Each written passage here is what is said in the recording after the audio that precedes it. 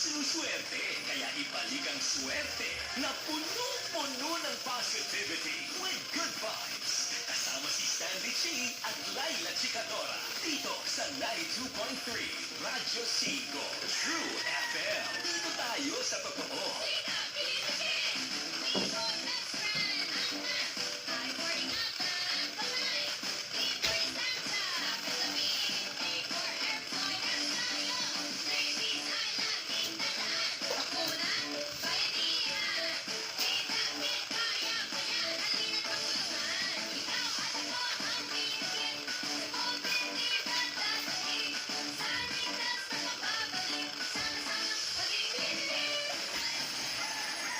Gising na! Bagong umaga na! Bagong bayan with Mon! Sabayan ng mainit na kape, ang mainit na balita, impormasyon, at alakayan kasama si Mon Gualvez. Lunes hanggang Biyernes, alas 4 hanggang alas 6 ng umaga. Bagong bayan with Mon! Dahil papagbangon bagong pagkakataon sa 92.3 Radyo 5 True FM. True FM. Dito na tayo sa totoo.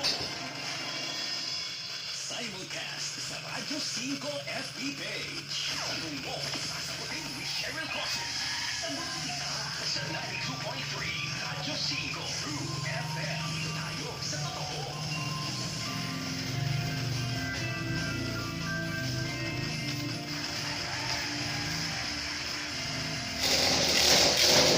Mga kapatid, oras po natin, 4:23 na po ng hapon. At pinag-uusapan po natin itong darating na barangay at SK elections. At ang ating question of the day, paano mas magiging maayos ang barangay at SK elections? Kasama pa rin natin sa linya ng telepono si Attorney John Rex Laudianco mula po ang tagapagsalita ng COMELEC. Attorney! Magandang hapon po muli. Very sa lahat ng taga-subaybay po ng Sagot Kita sa Radyo 5. Good afternoon po. Apo, balikan ko po yung huli kong tanong kanina nung napuputol-putol kayo. May mga areas po kayo, yung areas of concern at kasama po dito ang Negros at Barn. Tama po ba? Tama po kayo, kasama po binabantayan namin ito at sa mga susunod na araw po ilalabas po namin ang iba't ibang classification po lang ng lahat ng bayan at lungsod. So, ito po ay magiging basehan namin kung sakali pong merong private armed groups with history of intense political rivalry, mga history ng election-related violence, communist groups, terrorist groups, lahat po ito ay pinafactor in po namin. At kung sakali pong pinakailangan na nasa red category na po tayo ng maraming factors na ito, kami po ay merong kapangyarihan na i-COMELEC control ang isang lugar, mapatupad lamang po ang halalan. Okay, you have yung green, orange, tapos red. Tama ba? Opo, green, yellow, orange, at red po, Ma'am Sherry. Green, yellow.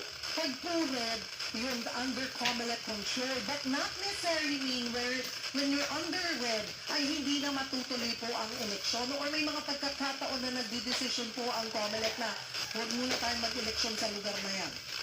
Tama po kayo, no? Pagka po umabot na po tayo sa puntong red at napakarami na pong factors relating to security, una po sa lahat ang option namin dyan ay i-COMELEC control ang area. Isa po yan sa option.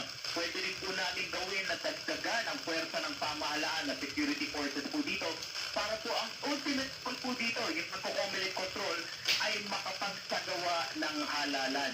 Kung sakali mo po talagang napataas po ng ating level of violence o kung iba pa na maaari po pati yung iba po, force majeure, no?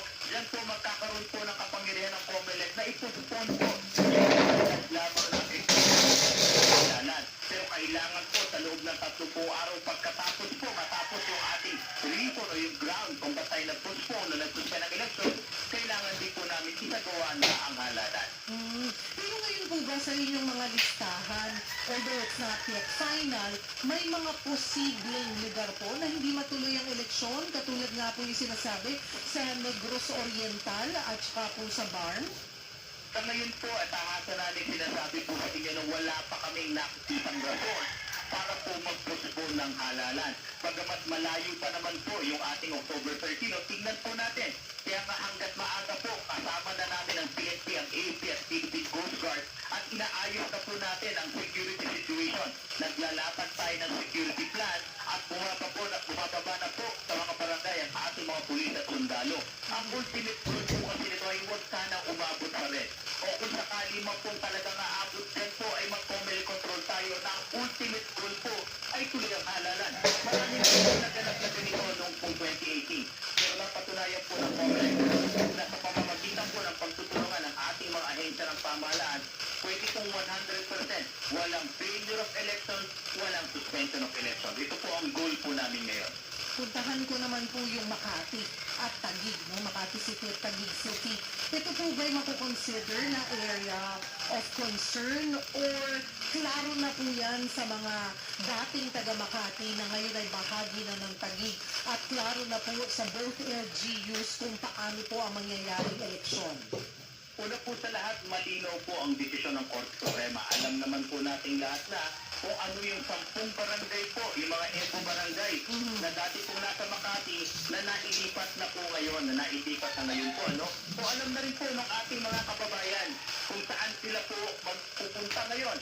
Katunayan nga po, kanina galing po ako sa Taguig City. Marami na po ng mga kababayan nating aspirante ng tagaroon sa mga 10 barangay ang nag-file ng COC po doon na po mismo sa Taguig City. Wala rin po kaming nakikita pong level po ng maari nating concern kasi po kami po mismo ni Clement Garcia, nag-ikot po kami sa Makati, nag-ikot po kami sa Taguig at nakita naman po namin maayos po ang sitwasyon pati na rin po yung filing ng COC sa parehong pong lungsod na nabanggit. Okay, puntahan ko naman po yung campaign period. No? Kasi maaga pa lamang, meron na daw yung mga iba, lalo na sa social media, ay nangangampanya na. Kailan ba natin masasabi na premature, like, nagkakaroon ng premature campaigning or bawal pa ang campaign period? Gaya po lang nabanggit ko kanina, Ma'am Sherry, na nung once po na file na ang inyong COC, ay agad na pong ituturing na kandidato ang isang aspirante. So agad-agad po lumalapat ang lahat ng ipinagbabawal, lalong-lalo na ang premature or early campaigning. Ano po ba ito? Sabi po sa Section 80 po ng ating Omnibus Election Code, dapat po kasing nangangampanya lamang sa panahon ng campaign period. Kung kayo po ay mangangampanya labas sa campaign period, kayo po ay lumalabag sa batas po na Section 80 na nabanggit at kayo po ay nagko-commit ng election offense ng premature campaigning. Kailan po pwede lamang mangampanya? Mula October 19 hanggang October 28, 10 araw lamang po ito. So isa pa pong paalala, ngayon po marami na tayong nakikita ng mga posters, cartoonin po, ano? Maaring hindi pa sila nagpapay ng COC, hindi pa namin sila maituring na kandidato, hindi pa po natin mabawalan. Pero paalala, uulit-ulitin po namin, pag nag-file kayo ng COC, kandidato ka na. Ang sabi po ng ating Korte Suprema dun sa case ng 2004, Chavez versus Comelec, lahat po, kapag ikaw ay kandidato, lahat na nagpapakita ng iyong larawan, lahat na nagpapakita ng resemblance ng iyong pagkatao, pangalan, karikature man yan, picture o drawing o iba pa. Kapag ikaw ay kandidato na, yan ay itinuturing na campaign material dahil indirectly nagsusulisit ka pa ng vote. Kahit pa wala po yung vote for, kahit walang posisyon, kahit walang nakalagay ng October 3rd PSKE, malinaw po sa ating batas, malinaw sa desisyon ng Korte Suprema na yan ay indirect solicitation of votes, yan ay pangangampanya at bawal na bawal po yan sa labas ng campaign period. Paano po yung mga may mga talks? No, walang kinalaman sa pagkangampanya, pero kung umiikot ka or you give different talks about anything except for hindi naman sila except for saying na iboto yoko, yun po ba ay isang form of campaigning? I mean, you're more visible, becoming more visible. Tama po kayo.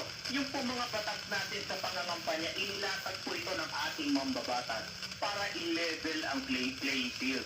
Walang makalalamang, walang may undue advantage. Kaya po kung patuloy po niyong gagawin ito, ituturing po namin itong pangangampanya. Again, sabi po ng Supreme Court sa Chavez versus Comelec, ito ay indirect solicitation of vote at ang indirect solicitation of vote ay pangangampanya po. Okay, that's very clear. Kung may nakita po sila or nabidyuhan, ano po, saan pwedeng magreklamo at yung mga irereklamo na makikitang nag-violate po, ay ano ang penalty? Automatic ba na disqualified na? Yan po ang hinihingi namin ng tulong po, Ma'am Cheryl, sa ating mga kababayan. Nakikiusap po ang COMELEC. Hindi po ganun karami ang tauhan namin. Ngunit kayo po bilang mga responsableng mamamayan ng Pilipinas, tulungan niyo po kami. Paki-document po, paki-video at itong lahat po ito. At gawa na rin namin kayo ng salita yung pagbigay alam niyo po sa amin sa COMELEC. Sa lahat ng tanggapan ng COMELEC, sa lahat po ng presinto ng Philippine National Police. Ngayon po may kasama po kami ng mga sensitized agencies at pagtutulong-tulungan po natin ang lahat na ito para masawata hindi na mga premature campaigning kundi lahat ng uri ng paglabag sa batas patungkol sa halalan. So lahat po ito ay maaari niyong iparating sa amin at pagtutulong-tulungan po namin. Yung po mga email address po namin, ito po ay nandun sa aming website. Unahin ko na po, patungkol po doon sa aming law department, law@comelec.gov.ph at kami po sa departamento ko, EID, ECO, India Delta at comelec.gov.ph po.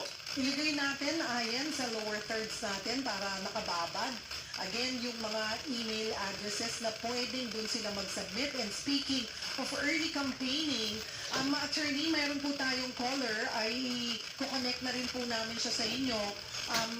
Ang location po ay mula sa Makati, si Robert Enriquez. Hi, Robert! Good afternoon. Good afternoon. Ano pong may paglilingkod namin? Yes, magtatanong lang po ako kung saan po ba kami pwedeng magreklamo sa mga politikong maagang nangangampanya sa ngayon, May especially sa mga social media nila. May napansin siya na ba? Opo, like marami na rin po, may napapansin na rin po ako, especially sa Facebook. Aha. Pag ganun po, attorney, saan po ulit? Diretsong email na lang?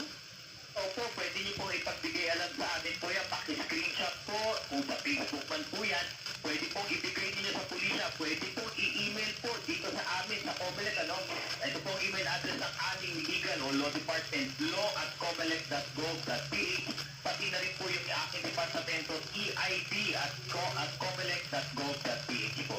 Mm-mm. Pero kasi, Robert, klaruhin din natin, yung sinasabi mo, pag hindi pa siya nagka-file ng Certificate of Candidacy, hindi pa yun considered as premature or early campaigning. So, kung nag-file sila today, whatever, Attorney Rex, whatever po na nakalagay or nakapost before na parang saying na tatakbo ako sa barangay or SK elections, yun po ba ay dapat i-down nila? Tama po, dapat pong i-remove po nila yan, i-delete po, tanggalin po, dahil po sila po ay kandidato na lahat ng uri po ng pangangampanya, direct man o indirect, na nagpapakita ng kanilang pagkatao, na nagpapabigay sa kanila ng atensyon and popularidad. Lahat po yan ay pinagbabawal ng batas. Pero gaya nga po na sinasabi nyo kanina, ulitin na po natin, maaari pong hindi pa kandidato at hindi pa po lumalapat yung mga pagbabawal. Ito pong premature campaigning ay lumalapat lamang po kapag sila po ay nakapag-file ng COC at sila po ay tahasan ng kandidato. Oo. So, once they file, they need to take it down. Robert, yung napansin mo ba, nag-file na ng Certificate of Candidacy or alam mo lang na magiging natatakbo siya? Apo, ang alam ko lang pa is yung tatakbo na po siya. Ayun. So, you might wanna double check that. Kung nag-file na ba today, dapat yun i-take down nila. Pero kung maghihintay sila hanggang September 2, ayan, tapos napansin mo after September 2, nakapost pa rin yun, mga dapat na nilang i-take down yun. Tama po ba yung pagkakaintindi ko, Attorney Laudianco? Tama po kayo. Basta na-confirm po natin na sila po ay nag-file ng COC, sila po ay kandidato na at bawal na po lahat na uri na yan. Pwede lamang po nilang gawin yan mula October 19 hanggang October 22 o yung panahon po ng ating pangangampanya. Ayun, Robert, nakuha mo yung email, law@comelec.gov.ph. Okay pa. Thank you, Robert! Ayan po, ayan, si Robert. Puntahan ko naman, Attorney Desan, yung may pagbabago ba sa proseso ng pagboto? Opo, wala naman pong pagbabago dahil ito pong ating barangay at SK elections ay nananatili pong manual elections po ito. Yung pong balota natin, dalawang klase po yan, Yung pong itim po yung font, ito po ay para sa barangay. Puro blanco po itong guhit. Sa isa sa punong barangay, pito sa miyembro ng Sangguniang Barangay. Maalumat po natin isusulat ang mga pangalan ng kandidatong nais nating boto o napili natin. Set po, Ma'am Sherry, dito po sa tatlong barangay na babanggitin ko, Barangay Paliparan 3 at Barangay Poblacion Zone po sa Dasmariñas City at Barangay Pakutamo po sa Quezon City 6 District kung saan po magpapilot testing po ang COMELEC po ng ating automated election. So doon po sa tatlong barangay na nabanggit ko, yung pong ating sistema ng halalan nung nakaraan po noong 2022 kung saan nakaprint na po yung pangalan ng kandidato at sinisave po natin bilog po sa tabi ng pangalan at ipapasok po dun sa ating vote count. Yan yung sistema na at itong barangay na nabanggit. So, magiging automated sa Barangay Paliparan 3 at Zone 2 Poblacion sa Dasmariñas, Cavite at sa Barangay Pasong Tamo sa Quezon City, mga kapatid. Okay, review lang po tayo. Ano ba ang step-by-step process sa pagboto? Una po sa lahat, hanggat maaari po sana hinihiling namin bago po maghalalan, pinapaskil naman po na ng COMELEC yung ating posted computerized voter slip kung saan nandun ang inyong pangalan at nandun ang inyong presinto. Nandun din po kung saan po yung ating eskwelahan o yung voting center na bobotohan. Para malinaw po, ilang araw po bago maghalalan, sana alamin na po ninyo.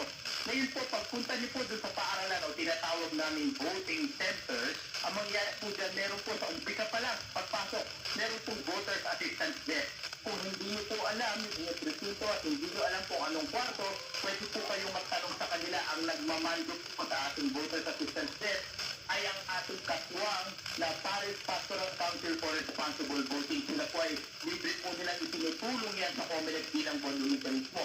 Pag alam niyo na po, punta na po kayo doon sa kwarto na paaralan doon sa kayo boboto. Makikita niyo pong muli ang inyong pangalan. Tandaan niyo po ang numero doon sa Election Day Computerized Voters List. Pagkatapos po nito, kung kayo nakapila na, pagpasok po ninyo, haharap po kayo sa ating membro ng Electoral Board. Sabihin niyo po ang pangalan ninyo, sabihin niyo po ang numero. Ngayon po, titignan nila doon sa ating Book of Voters o Election Day Computerized Voters List, yung pangalan kung tama. Meron po kayong litrato doon, meron po kayong pirma doon, makikita po nila kayo. Kung kayo nga po ang sinasabi talaga na butante na yan, kayo po ay papipirmahin dyan sa computerized voters list na yan. Bibigyan na po kayo ng balota. Kung kayo po ay 15 to 17 years old, isang balota po ang ibibigay sa inyo pang SK lamang. Kung kayo po ay 18 years old hanggang 30 years old, dalawang balota po ang ibibigay sa inyo. Isa sa barangay, isa po para sa SK. Kung kayo naman po ay 31 years old and above, isang balota para lamang po sa barangay. Ngayon po kayo po ay pauupuin na dun sa ating mga desk po, o mga armchairs. Meron po diyang ballot secrecy folder. Sa loob ng ballot secrecy folder, meron pong talaan o list of candidates na pagpipilian ninyo. Isulat lamang po ng maayos at malinaw yung pangalan po ng mga kandidato na napili ninyo at siguraduhin po kung punong barangay, ilagay niyo po doon sa guhit ng punong barangay. Kung sangguniang membro ng sangguniang barangay, sa guhit din po ng sangguniang barangay. At ganoon din po sa SK chairperson at membro ng sangguniang kabataan. Naka-fold po na iaabot sa inyo ang balota.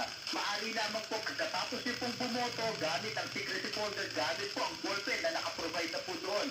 Ito po ay titiklop niyo muli. Lalapit po kayo sa ating mga electoral board kung saan po i-detach po yung coupon, yung ating po detachable sa baba para ihulog mo sa kabilang parte ng ballot box.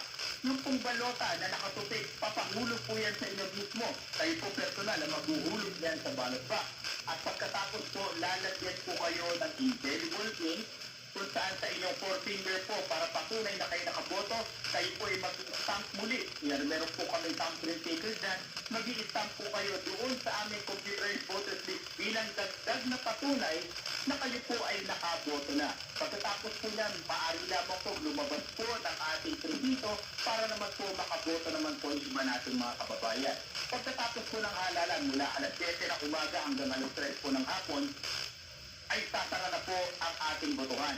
Ibilangin na po ng ating mga miyembro ng electoral board sa inyong boto at pagkatapos bilangin po lahat yan sa harapan ninyo, sa lahat ng watchers, i-accomplish po nila ang election returns. Ang election returns po ay isusumite sa Barangay Board of Canvassers. Hindi po sa paaralan, sa Barangay Board of Canvassers kung saan sila po ang magbibilang ng lahat ng boto ng mga kandidato at magkakanvas po nito at magpoproklamahan ng nanalong kandidato doon din po mismo sa paaralan.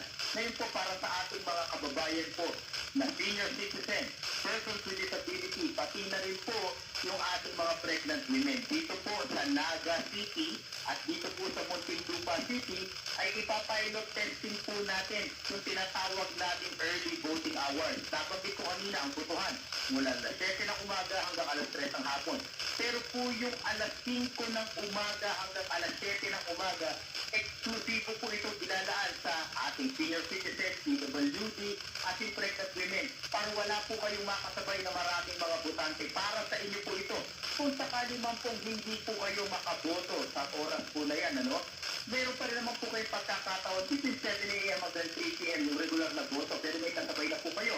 Pero po kung inyong presinto ay nandoon sa second, third, or fourth floor, hindi mo po kailangan umakyat dyan. Meron po kami itinalaga na emergency accessible polling place na nasa ground floor. Punta lamang po kayo doon. Paupuin po kayo doon, kukunin ang pangalan ninyo at titignan namin sa listahan at yung po mga guro at watchers ay magkasamang kukunin ang bulota ninyo, pagbobotohin po kayo doon at ibabalik po muli yung sa inyong presinto yung inyong boto para maihulog sa aming ballot box. Okay, that's very clear. Okay, puntahan ko yung mall voting relations na isinagawa po ng COMELEC. Sa ang mga mall po pwede bumoto on October 30. Opo, ano? Dalawang malls po ang nagpapagamit po sa atin ng kanila. Ito po yung SM Supermall at Robinsons Malls at kami po ay nagpapasalamat ng lubos. Libre po ito, wala pong gastos ang pamahalaan. Pati nga po security at personnel po nila ay tumutulong po sa amin. So saan-saan po itong mga malls na ito, no? Una po sa lahat, ito pong mga kababayan natin, hindi naman po lahat ay sa mall. Meron lamang po mga piling lugar, piling barangay at piling presinto dahil pilot testing pa lamang po ito. Para po sa SM Manila, ito sa SM po, ang gagamitin po natin ay ang SM North EDSA para sa Quezon City, SM City Manila, SM City Sucat Paranaque, SM City Legazpi Albay, SM City Consolacion Cebu. Para naman po sa Robinsons, ito po ay Robinsons Magnolia sa Quezon City, Robinsons Las Piñas po sa Las Piñas City, Robinsons Galleria po sa Quezon City, Robinsons Metro East sa Pasig City, Robinsons Galleria po pala sa Cebu City po ito, Robinsons Metro East sa Pasig at Robinsons Ermita sa Manila po. Ang makikinabang po dito sa pilot testing ng mall voting ay yung mga kababayan po natin na nakasako po itong mall na to. So, hindi naman po lahat ng barangay. Huwag po kayo mag-alala. Kami po ay nag-consultation na sa mga kababayan nating botante dyan sa makikinabang sa mall voting. Alam na po nila na sila po ay magboboto na sa mall dahil po kinuha namin ang kanilang pagpayag. So alam na po nila kung saan sila boboto. In fact po na nag-simulation kami 2 Saturdays ago. Alam po nila mismong botante po ang sumali, mismong electoral board at natikman na po nila first hand kung paano po experience ng pagboto sa mall. Attorney Bianco, balikan lamang po natin bago tayo mag-break again. Activities po ng COMELEC bago ang araw ng botohan. Okay, nagsimula na today hanggang ang election period po, ang gun ban ay starting today hanggang November 29. Ano po, gun ban na Tama yan. po kayo. That's the Tama election po. period. Okay. Starting today, August 28 hanggang September 2, filing po ng certificates of candidacy. Tama po, Mr. After September 2, ano na po yung mga susunod? Opo, ano? Una po sa lahat, banggitin na po natin yung campaign period. Ito po ay magaganap lamang mula October 19 hanggang October 28. So yung pagitan po ng September 3 hanggang October 18, bawal po magampanya. Yung araw po ba maghalalan, bago maghalalan, September, October 29 hanggang October 30, araw mismo ng halalan, bawal po mga kanya. Of course po, yung ating po araw ng halalan, October 30 po ito. Early voting hours para sa senior citizens, PWD, pregnant women, 5 a.m. hanggang 7 a.m. Regular voting hours po para sa atin, lahat, 7 a.m. hanggang 3 p.m. May liquor ban din po tayong ipinapatupad sa dalawang araw na yan, October 29 hanggang October 30. At again po, yung gun ban, yung election period, August 28 hanggang November 29. May isa pa pong period, yung filing po ng statement of contribution contribution and expenditure na obligasyon po sa batas ng lahat ng kakandidato, manalo man o matalo. Dapat po isumitin ninyo sa COMELEC ang inyong natanggap na contribution, pati na rin po lahat ng ginastos sa pangangampanya. Hanggang kailan po ito pwedeng gawin? Hanggang November 29 lamang po. Kapag po kayo ay hindi nakasumitin yan, kayo po ay hindi na nakapagsumiti ng SOSE, hanggang na meron po kayo, mapatawad po kayo ng multa dahil po lumabag po kayo sa panutunan. At pag nakadalawang beses po kayo na hindi nagsumiti ng SOSE, sumali kayo sa halalan ng 2 beses at sa parehong pagkakataon, hindi po kayo nakapag-file ng SOSE, kayo po ay mapapatawan ng administrative penalty o perpetual disqualification. Hindi na po kayo makakakandidatong muli. Ito po ay naaayon sa Section 13 at 14 po ng Republic Act 7166 o itinatawag nating Fair Elections Act. That's very clear mga kapatid ha. Pahihingahin muna kita, attorney, pero magbabalik pa tayo. We have 10 minutes left. Break lang po tayo ng kaunti. Sa ating pagbabalik, papasagutan natin kay Attorney Laudianco ang inyong mga katanungan. Huwag po kayong bibitaw. Pagbabalik ang programang Sagot Kita.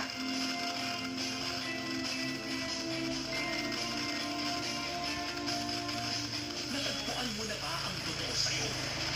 92.3 Radyo 5 True FM. Dito tayo sa totoo. Bawat tao may pagsubok. Dahil pag hindi naman lumilasing yung lalaki, napakabait. O parang maamong butike yung lalaki. Bawat problema may solusyon. Kailangan mabuhay tayo sa ating kakayanan. Hindi natin po pwedeng yakapin ang isang malaking puno nang hindi natin pag-aabutan ang ating dalawang kamay. Bawat mali may leksyon. Ang nagmamahal sa kanyang mga magulang, nagigit sa akin ay hindi karapat-dapat sa akin. Dr. Love. Dr. Love. Sa hirap ng buhay natin, mga kapatid, naunawaan natin na may mga tao talagang nasisira sa kinang sa kapit. Lunes hanggang Biyernes, alas 10:30 ng gabi hanggang alas 12 ng ating gabi. Mukhang may problema ito si Monica. Parang nag-aalam siya ng tensyon, nag-aalam siya ng Hindi niya mahanap sa kay Aling Alejandra. Sa ibon niya po hinanap. Pakinggan ang nag-iisang pananaw ni Brother June Banag. wala kang ganon sa magulang mo, kahit ano sa mga magulang mo. Siyang na buwan kanyang inalagaan sa tiyan niya, hindi kanya pinatay kang pinta. For your nightly prescription of wisdom, faith, hope, Ang role ng babae sa buhay natin is to inspire us. Dr. Love. Dr. Love. Sa Radyo 5 True FM. Broadcasting from the Radyo 5 studios in Reliance Street, Mandaluyong City.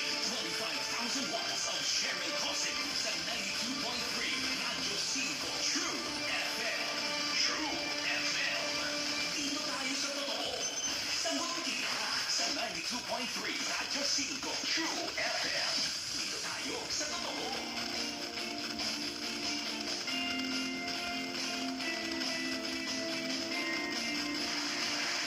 Babalik po ang programang Sagot Kita. Kasi yung bahagi na po tayo ng ating programa, mga kapatid. At kasama pa rin po natin Attorney John Rex Laudianco, ang tagapagsalita po ng COMELEC. Attorney, we're in the last 10 minutes. Ipasagot ko lamang po sa inyo yung mga concern ng ating mga netizens. Nag-post po kasi sila. Kagaya nung kay Ferdy San Buenaventura. Pamangkin po ng incumbent na kagawad. Pwede po bang tumakbong SK chairman? Incumbent na kagawad at tatay ng tatakbong SK chairman ay magkapatid. Pwede po ba yun? Unahin po natin yung pamangkin po. Ang pamangkin po ay nasa third civil degree na po ng relations, ano? So ito po ay lampas na at hindi na po kasama doon sa pinasabi po natin pinagbabawal na second degree po ng relationship. Ano nga po yung isa pa po? Yung susunod po, incumbent na kagawad at tatay ng tatakbong SK chairman ay magkapatid. Tito. Tama ba? Incumbent na kagawad po, barangay kagawad, tapos po ang tatakbo ay At tatay ng tatakbong SK chairman ay magkapatid. pamangkin din po, lumalabas po yung tatakbo pong SK chairman, kung hindi po ako nagkakamali, ano? Pamangkin din po. ito po ay nasa third degree ng ating po prohibited relation. Uulitin ko po, ang pinagbabawal po ay hanggang second degree lamang. Ulitin po natin, kayo po na kandidato sa SC, dapat walang magulang, walang kapatid, lolo o lola, o siya po mismo, wala dapat apo na incumbent, barangay, city, municipal, regional, provincial, national official. On the other side naman po, ability, yung asawa, yung nanay at tatay ng asawa o tinatawag nating biyenan, sayaw o hipag po doon sa asawa niya at yung lolo at lola ng asawa. So wala pong hindi po sa mga nabanggit kong mga relasyon at sa mag-anak, hindi po ito kasama dahil pinagbabawal dahil ang sabi po sa SK Reform Act, hanggang second civil degree of ability or consanguinity lamang po ang prohibited relation. Si Linda Velez, paano po yung mga taga-suporta ng kandidato nangangampanya para sa tatakbo? Anong tatakaran po doon?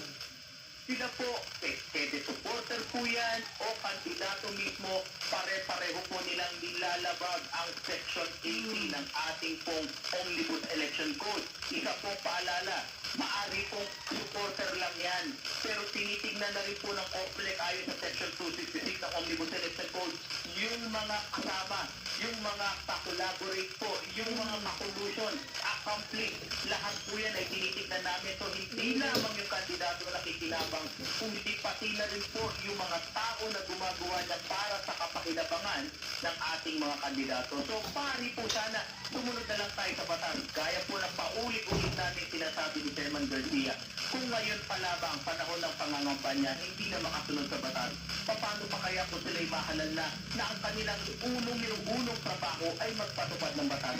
Anong klase pong pamamahala at pamumuno ang makikita natin mula sa ganyang mga tao? Attorney, paano pag pinag-silence sila ng premature campaigning? Kasi nabi, sinabihan ko na sila, hindi ko na sila makontrol. Naku, alam po natin yan. Yung good intentions po ay hindi po yan excuse pagdating po sa election offense. Ang election offense po, ayon po sa jurisdiction ng ating bansa, ay isang malong prohibito. Good faith or bad faith, hindi po pinag-uusapan yan. Basta po nalabag ang batas, sila po ay magiging liable sa isang election offense.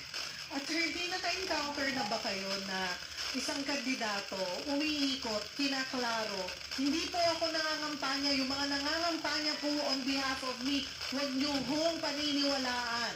Ganong klase, during ng na bawal pa ang mga kampanya. So ngayon po, Mag-Cheryl, wala pa naman po akong na-encounter na ganyan. Kasi pwede Pero silang alam, tinawag, opo. di ba? Parang strategy. Pwedeng strategy, yun. Opo, pero uulitin po namin, kung sakali man po talagang malinis po yung gawain yung kandidato at talagang yung supporter lang po ang lumalabag, yung supporter lamang po ang aming kakasuhan dahil sa po yung lumalabag sa premature campaigning. Pero tignan po muli natin, totoo ba na talagang hindi siya inutusan? Totoo ba na dinawalan siya?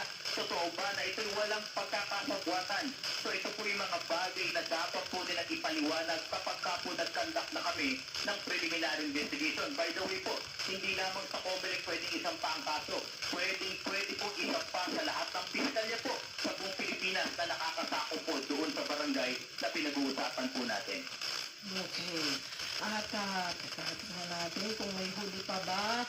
May humahabol si Maylene Torquator. Hindi ako nakaboto noong 2022. 2016 pa ako huling bumoto. Makakaboto ba ako sa barangay elections? Naku ma'am, kung 2016 pa po kayo huling bumoto, ito na po ang mga halalan na lumipat. Una, 2018 po, barangay at huling barangay at SK election. 2019, national and local election. At noong 2022, national and local elections po muli. So ngayon pa lamang po, lumampas na sa 2 beses kayo hindi nakaboto sa regular na halalan. At ayon po sa Republic Act 8189, kayo po ay deactivated na. Hindi niyo po kailangan magparehistro muli. Ang kailangan niyo lang po gawin ay pumunta kung saan kayo nakarehistro nito, magpapile po kayo ng reactivation. Unfortunately po, para sa barangay reactivation, hindi tapos na po ang period na ito. Dahil huli po nating registration, huli nating period para sa reactivation ay mula noong December 2022 hanggang January 31, 2023. Maaari po siguro sa susunod na halalan na lamang po sa 2025.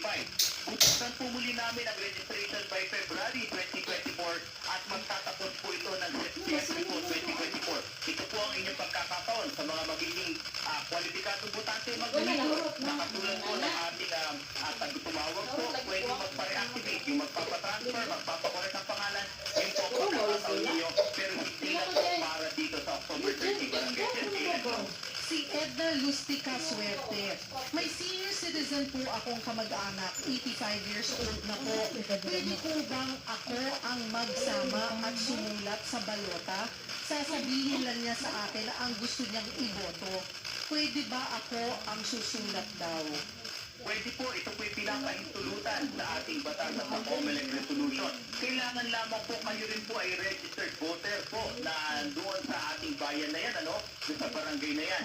I-identify po kayo doon sa ating listahan na kayo registered voter. I-identify din po kayo ng inyong tutulungan na nangangailangan na kayo ang pinili niya na maging assistor niya. So tama po yun, dahil nga po nahihirapang sumulat, sasabihin po niya kung sino yung binoboto at kung mamamagitan po ninyo ay maisusulat niyo po yung kanyang napiling boto. Ito naman po ay binabantayan kayo ng mga watchers, hindi man natidinig po ang inyong bote. Pero makikita po namin na kailangan po kasi ito ay buong laya na kayo'y pinili, buong laya tumulong. Walang pamimili, walang pananakot. Buobra po ito, Mang Terry. Okay. Si Ra Ayram, nasagot niya na po ito. Ito, tinatanong niya kung pwede pa siyang magpa-transfer para makaboto this coming election. Tapos na po. Hindi na po pwede. So, hindi na po kayo makakaboto sa barangay at SK elections. Ihabol ko pang huli, attorney, si Ferdy Sanuel. Ako po ay isang online seller.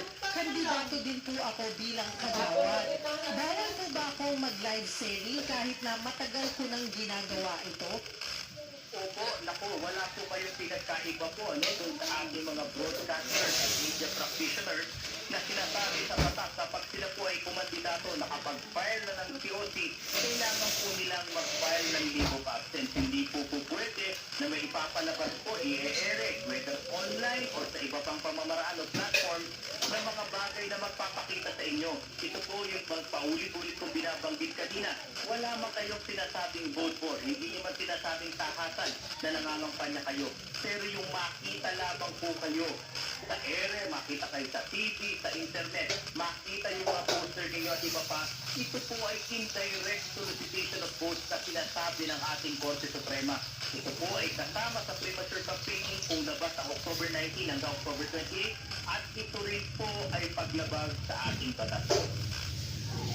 So everything is clear. Siguro may na lamang po panghuli po ang mensahe po ulit sa ating mga kababayan para sa darating na SK at barangay elections. Sa ating mga kababayan po, tuloy na po ang ating October 30 Barangay Sangguniang Kabataan Election. At gaya nga po na nabanggit ko kanina, napakarami pong punong barangay, netro ng Sangguniang Barangay ang ating yahanan. Mahigit 600,000 po sila. Ngayon po, maaari po ang pagtingin natin sa barangay ay hindi kasi taas ang pagtingin sa national government.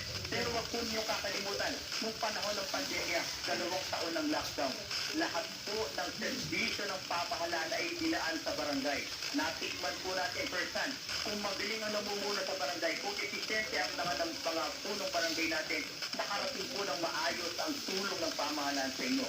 Pero kung hindi po maayos ang pamamahala nila, alam natin po pare-pareho po ng dusa at hirap na inabot natin. So maging mapanuri po tayo, wag lamang natin tignan ang qualification ng isang kandidato. Tignan din po natin ang kanyang kakayanan. Tignan natin ang kanyang pagkatao. At higit sa lahat po yung sinasabi ko kanina.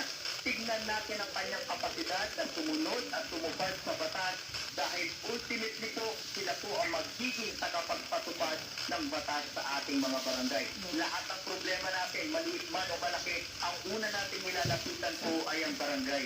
Kaya po sana bigyang halaga natin, makilahok po tayo dito at sana po ay tayo ay bumoto sa October 30 barangay at SK election. Marami pong salamat sa inyong oras, attorney. At Shirley Rex Laubianco, tagapagsalita ng COMELEC. Magandang hapon po and good luck po. Isang karangalan po, Ma'am Sherry, mabuhay po kayo, mabuhay po ang Pilipinas. At dyan po nagtatapos ang isang oras na tanungan at sagutan. Magsama-sama po tayo ulit bukas, alas 4 ng hapon dito sa programang Tulay Nyo sa Serbisyo Publiko. Ako po si Cheryl Cosim, sagot kita.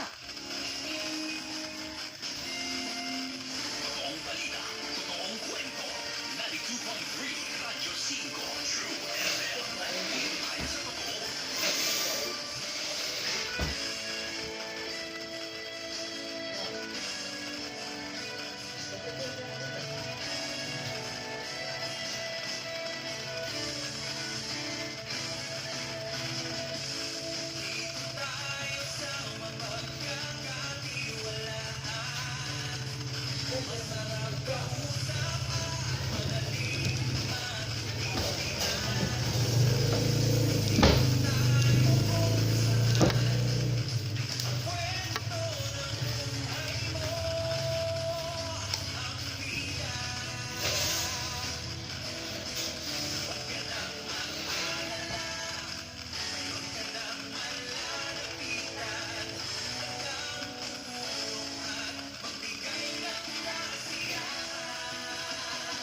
Nandito tayo sa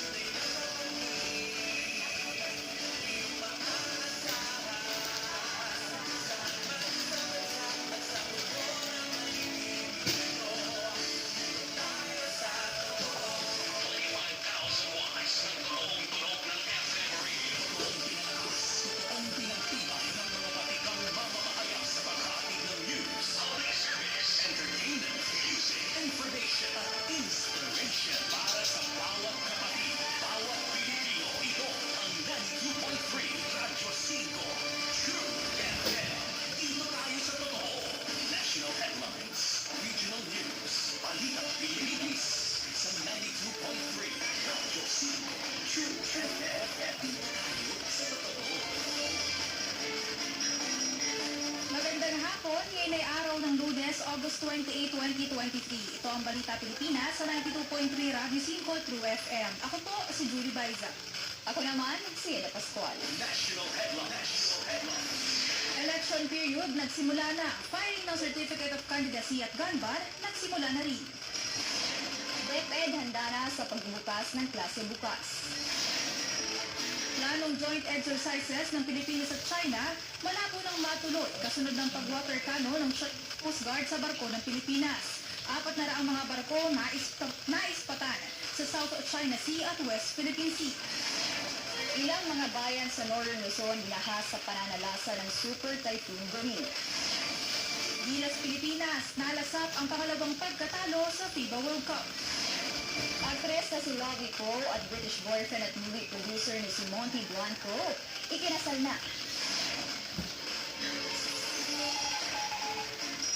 Ang oras 5:06 ng hapon. Dapo tayo sa detalye ng ating mga balita.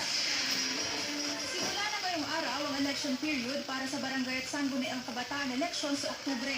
Kasabay nito ang pagpapatupad ng gun ban at pagtatayo ng checkpoints ng PNP. Ayon kay Commission on Elections o COMELEC spokesperson John Rex Laujanco, nagsimula ang election period kaninang alas 12 ng alas 12 ng hating gabi. Simula na rin ngayong araw ang pagtanggap ng COMELEC ng Certificates of Candidacy o COC hanggang Setyembre 2, araw ng Sabado. Paalala ng COMELEC sa mga maghahain ng COC, iwasan ang premature campaigning at iwasan din ang pagbibitbit ng 500,000 cash dahil posible silang makasuhan ng vote buying. All systems go na ang DepEd para sa pagbubukas ng klase bukas araw ng Martes. 21 million students ang nakapag-enroll sa school year 2023 hanggang 2024. Sa datos ng Learners Information System ng DepEd, hanggang noong Biyernes, bumali na sa 21,029,531 ang nakapag-enroll, kung saan pinakamarami ang nagpadala sa Region 4A na pumalo sa mahigit 3.32 million. Sinundan ng NCR na mahigit 2.43 million at Region 3 mahigit 2.39 million. Tataas pang nasabing bilang dahil hindi pa naisama ang mga nagpadala noong Sabado. Tiniyak muli ng Amerika ang suporta sa Pilipinas sa gitna ng patuloy na pambubuli ng China sa West Philippine Sea. Ayon kay Vice Admiral Carl Thomas, handa silang maglabas ng puwersa upang tulungan ang Pilipinas. Ang pinakamalaking US Navy fleets na 7th Tier ay nakaistasyon sa Japan. 70 barko at 150 aircrafts at 27,000 sailors ang nakaistasyon doon. Sakop ng tropa ng Amerika ang 124 million square kilometers mula sa kanilang base sa Japan, South Korea at Singapore. Ayon kay Thomas, dapat umaksyon ng Pilipinas pagkatapos ng August 5 incident kung saan winwater cannon ng Chinese Coast Guard ang resupply mission ng Pilipinas sa BRP Sierra Madre sa Ayungin Shoal.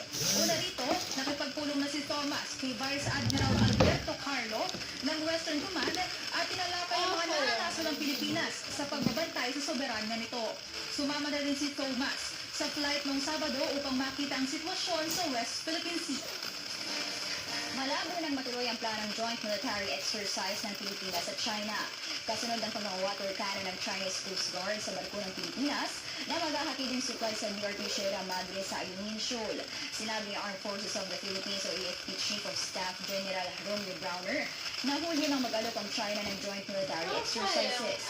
Bigyan ni Browner na kinikonsidera nila ang joint drills sa pagitan ng mga bansang itinuturing na kaalyado tulad ng United States, Japan at Canada. Samantala, mahigit 400 barko na ispatan sa South China Sea. Sinabi ng Armed Forces Chief of Staff General Romeo Browner Jr. na 85% ng mga namataang barko ay Chinese vessels. Kabilang sa mga barko ay mga fishing, research, Navy at Chinese Coast Guard. Nanatili ang China sa South China Sea at naging sa Ayungin Shoal na bahagi ng West Philippine Sea. Dumaong sa Maynila ang dalawang Japanese destroyers na JS Izumo at JS Samidare kagabi sa Pier 50 sa Manila South Harbor. Ang dalawang barko ay mula sa quadrilateral deals sa pagitan ng US at Australia sa South China Sea noong Huwebes. Sinabi ni Japanese Ambassador to the Philippines Kazuhiko Koshikawa na ang pagdaong ng kanilang mga barko ay patunay ng kanilang commitment sa pagpapatatag ng maritime security cooperation sa rehiyon. August 24 nang magsagawa ng replenishment at sea and photo exercises o photo X drills noong August 24. Mananatili sa Maynila ang JS Izumo at JS Samidare hanggang August 31. Babalik ang dalawang barko sa Japan pagkatapos ng Indo-Pacific Deployment 2023 September. Nakadaong din sa Maynila ang barko ng US at Australia. Sasabak din ang JS Izumo sa 5 buwang naval joint exercises kasama ang US, Australia at Pilipinas. Mabuhay ang ating mga bayani, mabuhay ang kabayanihan ng puso na nasa puso ng bawat Pilipino.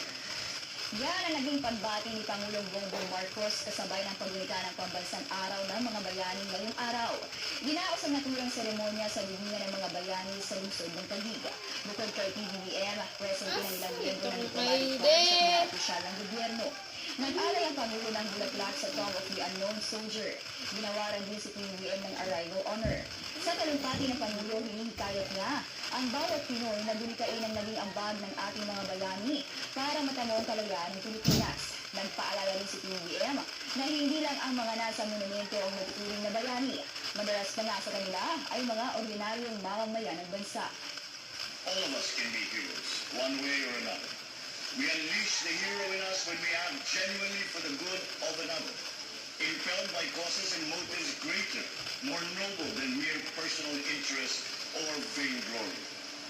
Heroism is not only to be found in the grand battles and struggles, it also resides in the simplest acts of kindness, of empathy, solidarity that not only move hearts, but also influence minds and actions and change lives for the better. Kabilang umano sa mga maituring na bayani ang limaong si Migrant Workers Secretary Pips Ople. Kasabay nga na pinangunahan naman ni Vice President Sami Duterte ang flag-raising ceremony sa mismong bantayog ng monumento ni Lapu-Lapu sa Cebu. Kasama sa komemorasyon ng National Heroes Day ang mga guro sa Lapu-Lapu City, ang mayor ng lungsod na si Junard Ahong Chan at Congresswoman Cindy Chan.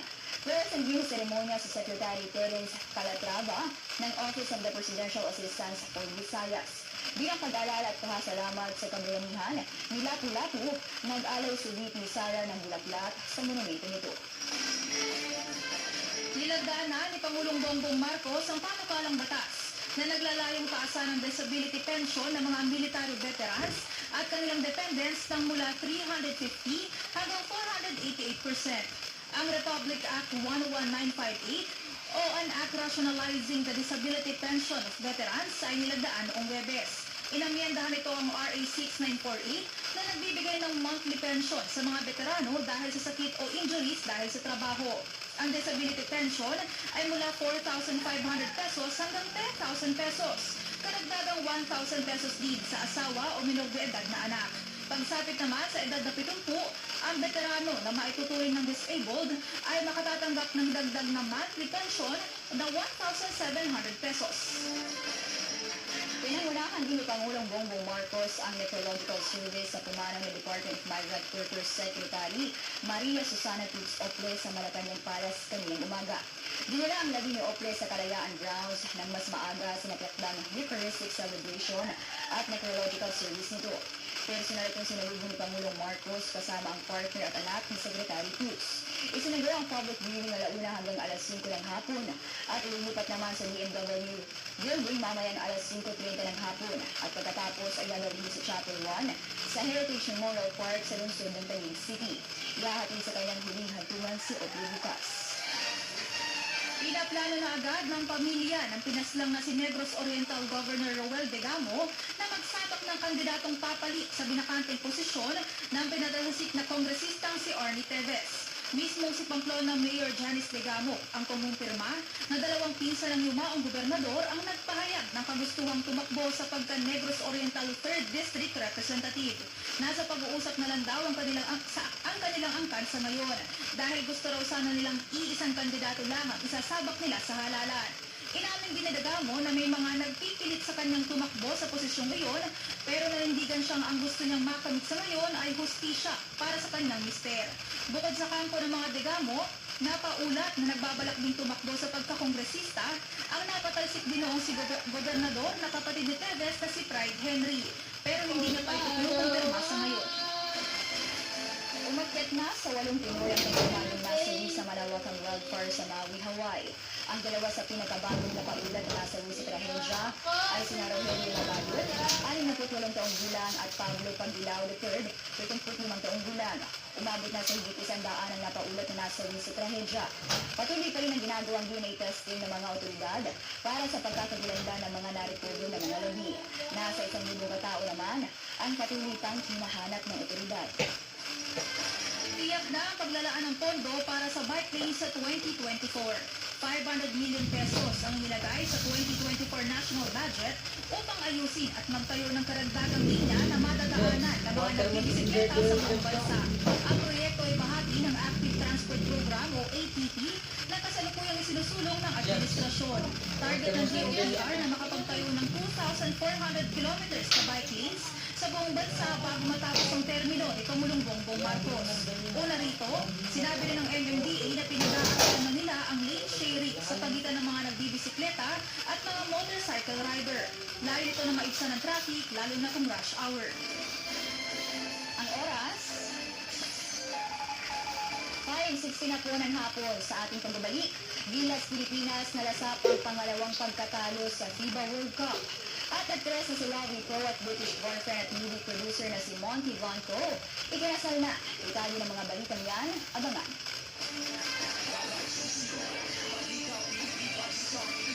Babalik ang Balitang Pilipinas. Opo Martin ho, bawat lakas may match na obra. Ngayon, dinagdagan pa ng lakas ng Immune Plus. Todo ako sa klase. Pati si Jamie. Ang iniinom ko, Obra Citrus, natulong sa focus at pagka-alerto with proper diet and exercise. Nagpo-online selling ako para sa pamilya. Ang inumin ko, Refreshing na Obra Berry.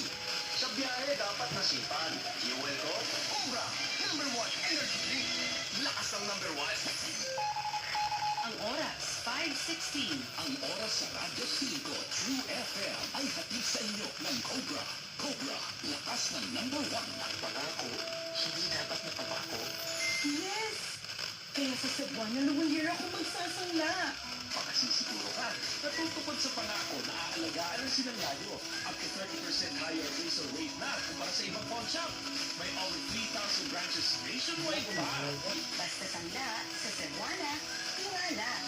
Ready at may Bangko Sentral ng Pilipinas. Higher appraisal rate is computed based on average revenues on gold.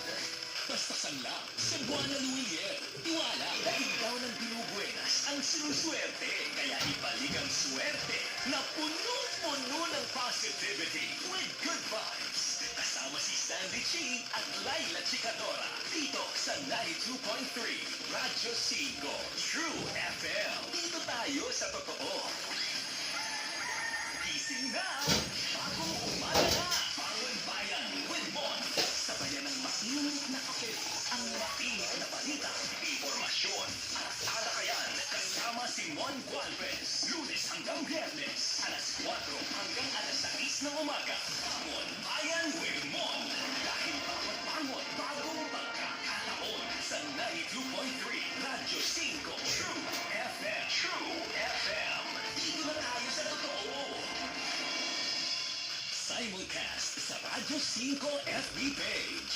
Nagbabalik ang Balitang Pilipinas. Balik tayo sa detalye ng ating mga balita. Balitang sa Lalawigan. Dako tayo sa mga press balita sa Visayas at Mindanao. 65 taong gulang na lolo, arestado sa virus operation sa Cebu. Para sa detalye narito, si Robert Teo.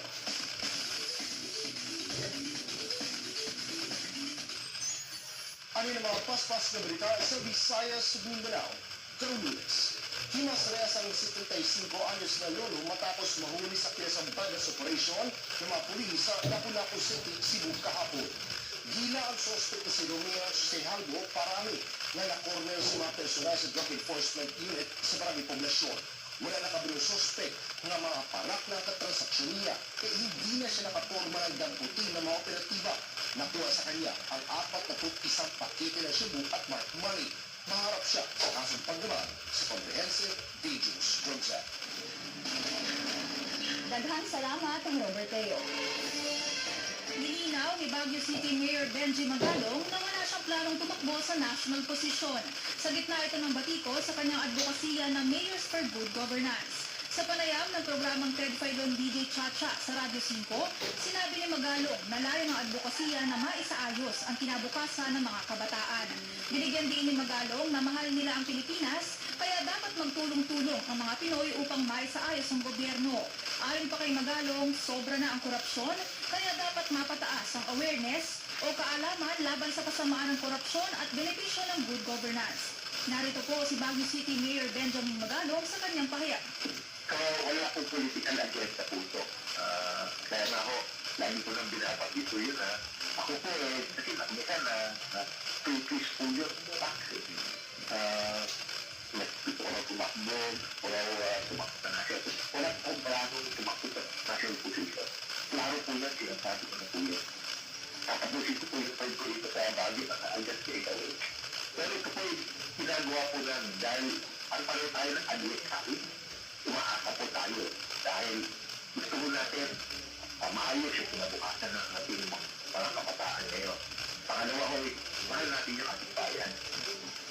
Sa susunod na linggo, ilalatag ng 155 mayors sa buong bansa ang action plan para sa kanilang advokasya. Nilinaw din yung Magalong na hindi political party ang Mayors for Good Governance, kundi nais nilang tulungan ang Pangulo sa paglilinis ng gobyerno. Inaasahan naman ni Magalong ang character assassination mula sa mga korap.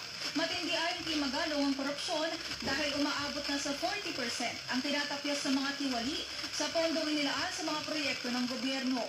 DPWH ayon kay Magalong ang pinakapaborito ng mga korap kaya maraming substandard projects ang ahensya.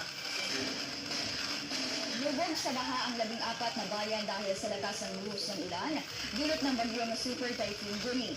Sa panayam ng programang Ted Filon DJ Chacha sa Radyo 5, sinabi ni Cagayan PDRMO Ruelo Ramsing na 700 pamilya ang linikas at pansamantala ngayong nananatili sa mga evacuation center. Agad namang nakapag-proposisyon ng Cagayan PDRMO ng food packs bago manalasa ang bagyong Goring. Unang nanalasa sa Cagayan ng bagyong Egay at sinundan ng bagyong Goring.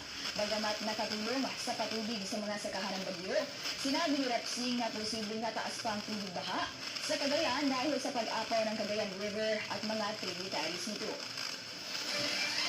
Maganda na ang panahon sa probinsya ng Isabela, kaya positibo silang magiging matiwasay ang pagbabalik eskwela ng mga bata at guro bukas. Sa panayam ng programang One Balita Pilipinas, sinabi ni Attorney Constant Foronda, Provincial Disaster Risk Reduction Management Officer ng Isabela, na maswerte rin walang casualties nang manalasa ang superbagyong Goring. Pero may mahigit 1,000 pamilyang inilikas. Tingin nila, malaki ang naitulong ng kasanayan at maaga nilang paghahanda sa sakuna. Narito ang tinig ni Attorney Constant Foronda, PDRRMO ng Isabela. Wala pa pong natatanggap na protocol po sa damage. Pero may mga nag-evacuate po yung isang tao dahil po light materials yung kanilang bahay at saka nakapagdilit po sila ng dagat. Kaya nabuti pong ilipat sila ng mas mataas na lugar. Yan po ang pahayag ni Attorney Constant Foronda, PDRRMO ng Isabela sa programang One Balita Pilipinas. Dato tayo sa iba pang mga paspas balita sa Visayas at Mindanao. 29 na taong gulang na lalaki sa Cebu, arestado sa pagpatay sa isang estudyante. At 3 mag-iina sa Surigao, Ninakawan, at binilita ng lalaking pinatira nila sa bahay. Para sa detalye narito, si Roberteo.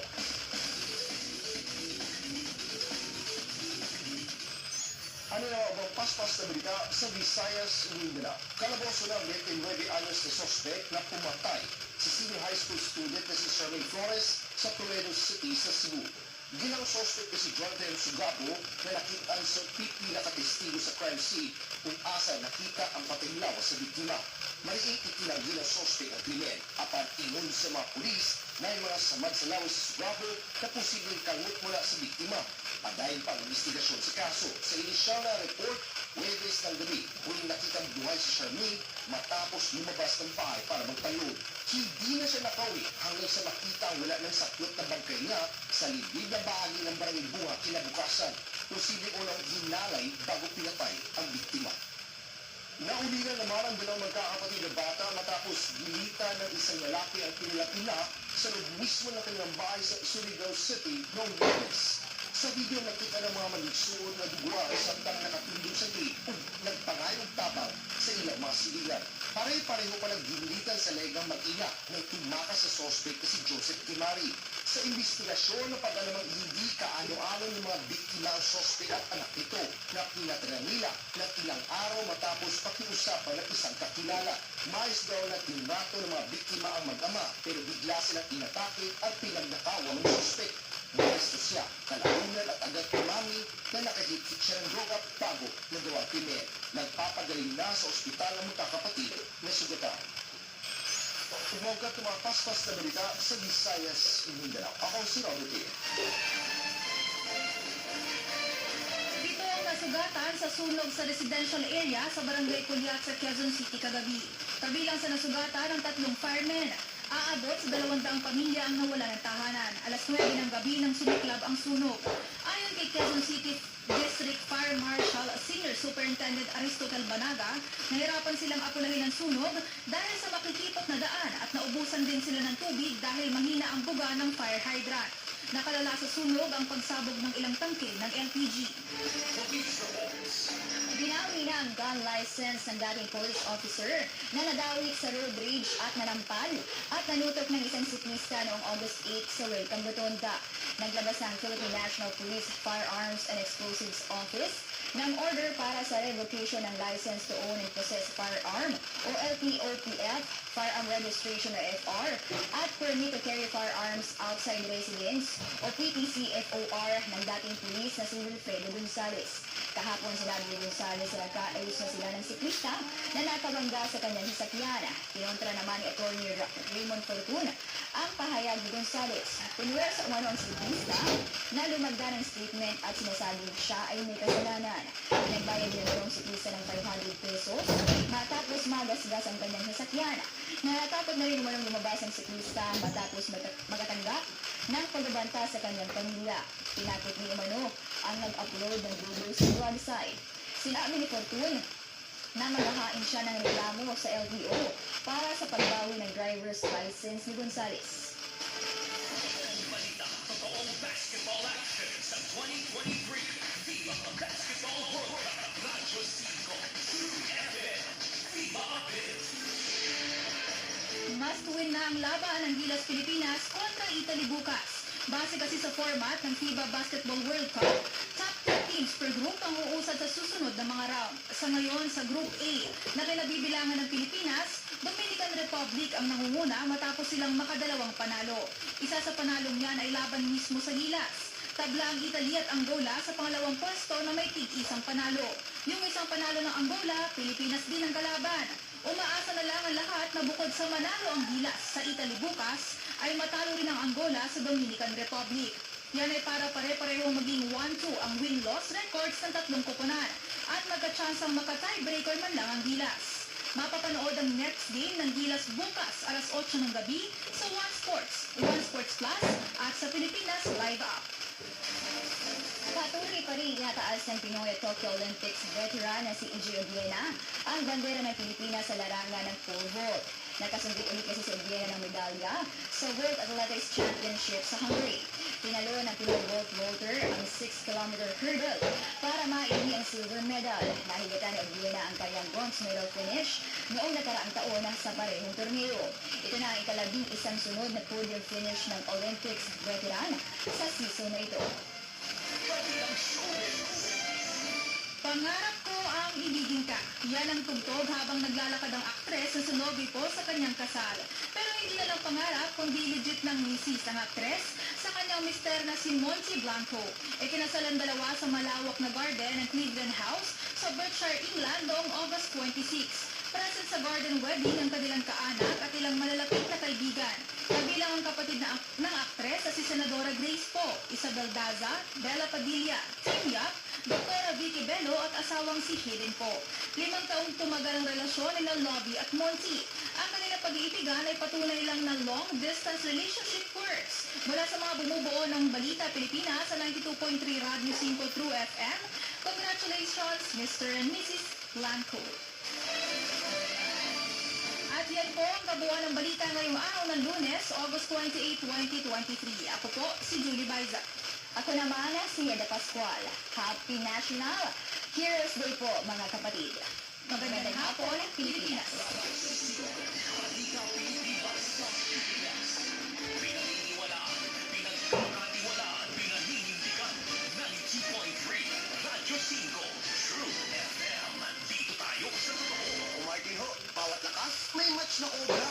Ngayon, pinagdagay pa ng lakas ng Immunity Plus. Todo ako sa klase. Pati sa gaming. Ang inuunom ko, Obra Citrus, natulong sa focus at pagka-alerto with proper diet and exercise. Nagpo-online selling ako para sa pamilya. Ang inumin ko, Refreshing na Cobra Berry. Sa biyahe dapat masipan. Fuel ko, Cobra, #1 energy drink. lakas ng #1 broadcasting from the Radyo 5 studios in Reliance Street, Mandaluyong City in Mega Manila. 25,000 watts of true broadcast quality. Mas pinalakas, mas pinalawak, mas pinalinaw na tunog ng AM sa FM. Ito ang 92.3 Radyo 5 True FM. True FM. Dito tayo sa totoo. Tutukan gabi-gabi ang malalimang pagsisiyasat ng mga napapanahong balita. Hihimayin ang iba't ibang anggulo para sa mas malawak na diskusyon at impormasyon.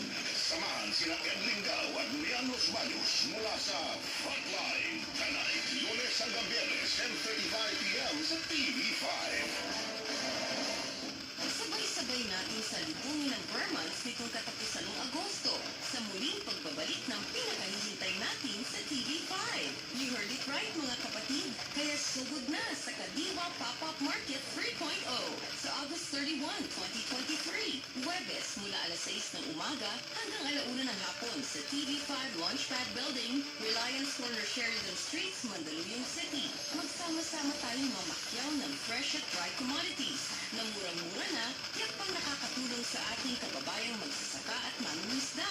Ang programang ito ay sa pakikipagtulungan ng Department of Agriculture, Signal TV, Media 5, TV5, Nation Broadcasting Corporation, Maya, Felix Mining Corporation, at Alagang Kapatid Foundation Incorporated. Alagang Kapatid!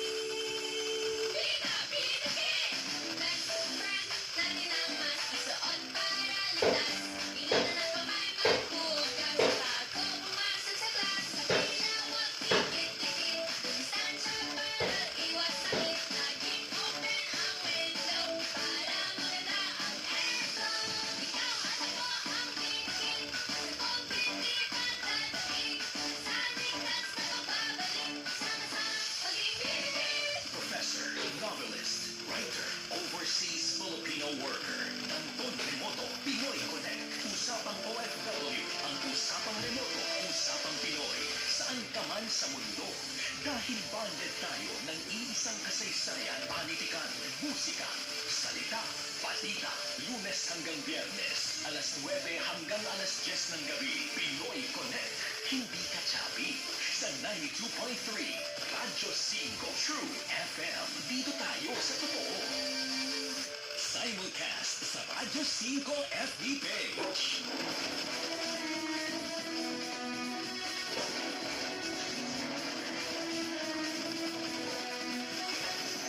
Dito ka sa balitang walang dagdag bawas. At sa komentaryo, hindi bias. Buo ang kwento, pati na may konteksto. Dahil dito, bawal ang fake news. Kasama sina Josie Francisco, Arzon Lee at Chicky Rodel, pati si MJ Marpori. Dito tayo sa Pumulang. Happy National Heroes Day! National Heroes Day. Yes, and happy Monday. Happy Monday. Kaya wala, ang aga-aga namin sa libingan ng mga bayani kanina. Alam niyo naman kapag National Heroes Day, Oo. lagi nagpupunta ang mga pangulo ng bansa. Naka-live nila sa One News and One PH. Yeah. Syempre, tinake advantage yung presidente yun para kilalanin na rin si Secretary Toots Ople na nasa Malacanang. Yung necro kasi. Oh, I-remind ko lang, yung mga gusto naman po mga OFW sa gusto magbigay pugay, yung mga pamilya, ay pwede, pamilya ng mga OFW rin na natulungan po. Ay, alam ko ngayong gabi ay lilipat ko sa BMW. dito sa, ano po, sa Blas Ople building. nice. OWA Basta ako. OWA tawag na. Mandaluyong ba o Pasig? Sorry, ito. Parang ano, no, parang manta siya. Mandaluyong ba siya na part? Kasi di ba parang medyo Border. gusto na sa ako, Mandaluyong Pasig. So, Kasi yung katapat po nung ano, nung Robinson's Galleria. Ayan. So, sakto National Heroes Day. Hero din po si Toots Ople. Sabi niya Pangulong Bongbong Marcos, di ba? Kasi tinutulungan niya yung modern day heroes dati. Yung mga At saka, OFW. ano naman kasi kumbaga bago pa naman siya talaga ma-appoint advocate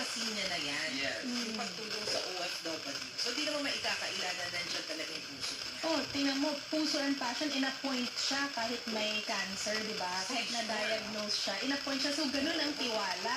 Ganun kabuo ang loob ng Pangulo na Public i-appoint servant siya. until the very end. Yes. Ang Yes. sinasabi pala nung anak niya, ang target daw pala talaga ni Secretary Ople, makapag-serve up until December, at least mailatag man lang yung sistema para yung susunod na secretary hindi na mahirapan. Oh. Unfortunately, hindi na inabot yung December. So, Pero sana ma-complete pa rin kung ano man yung nalatag niya na plan. Siguro may plans na, no? Hindi pa lang talaga na-roll out lahat. Oo. Hindi natin alam, oh. Pero ang alam ko, pag pumunta daw yun sa abroad, di ba kung paminsan-minsan kasama siya ni Pangulo, hindi daw siya kailangan i-introduce kilalang lahat. Sabi nga ni Marcel kanina, dati pa naman kasi, dati pa, talagang very present.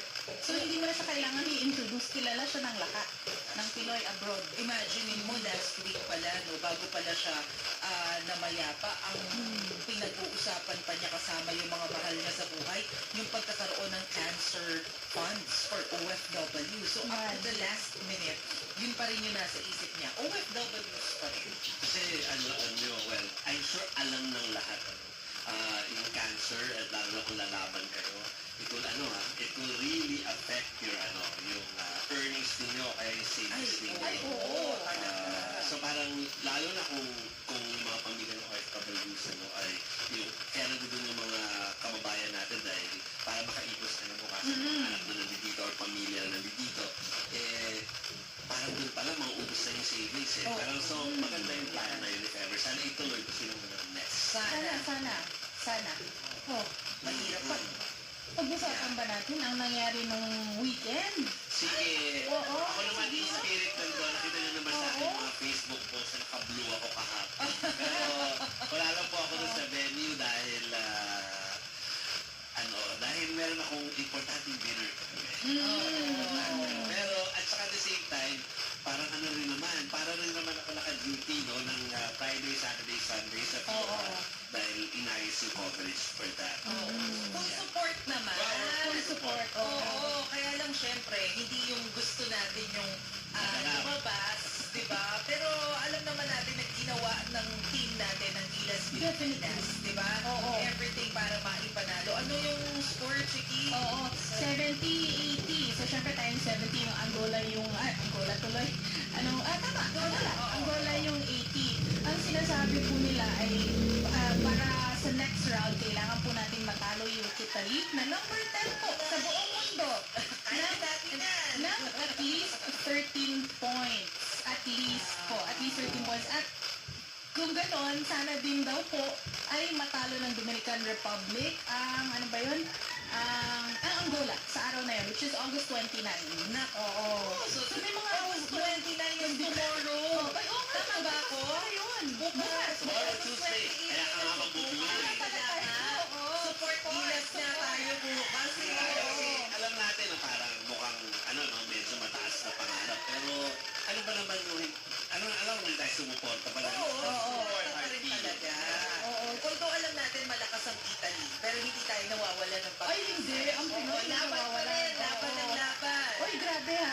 Yung player ng Angola na si Bruno Fernando, yung taga-Atlanta Hawks, mga kapatid, ang sinabi niya si Junmar Fajardo, sabi niya, number 15, na-mention niya talaga, he has a lot of game to him daw talaga. Kasi saludo siya kay Junmar. Sabi niya, alam niya na si Jordan Clarkson, yung parang ulo ng snake, head of the snake daw. Pero si Junmar Fajardo, parang hats off siya kay Junmar Fajardo sa mga galawan. Yeah. Diba?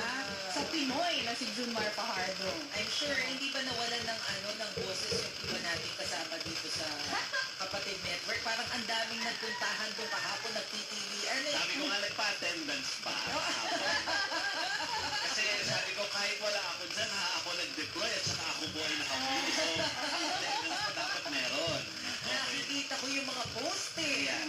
Di ba? Siyempre, maski yung mga kapatid artists ay nandun din. Nandun ang TVJ, nandun ang Joa Pao, nandun po at least yung si Jose at si Wally nakita ko at saka si Bossing, nandun. Si Bossing nakita ko at saka si Si Zombie, nakita ko din doon. So, nanonood din yung mga kasama natin sa inyo, si LCP na doon. Siyempre, yung mga taga-signal po, nandito sa inyo, nakita ko rin sila kahapon. Pero sa video and picture lang, siyempre yung taong bahay po. So bukas, I'm sure po na naman. Oo. Nako.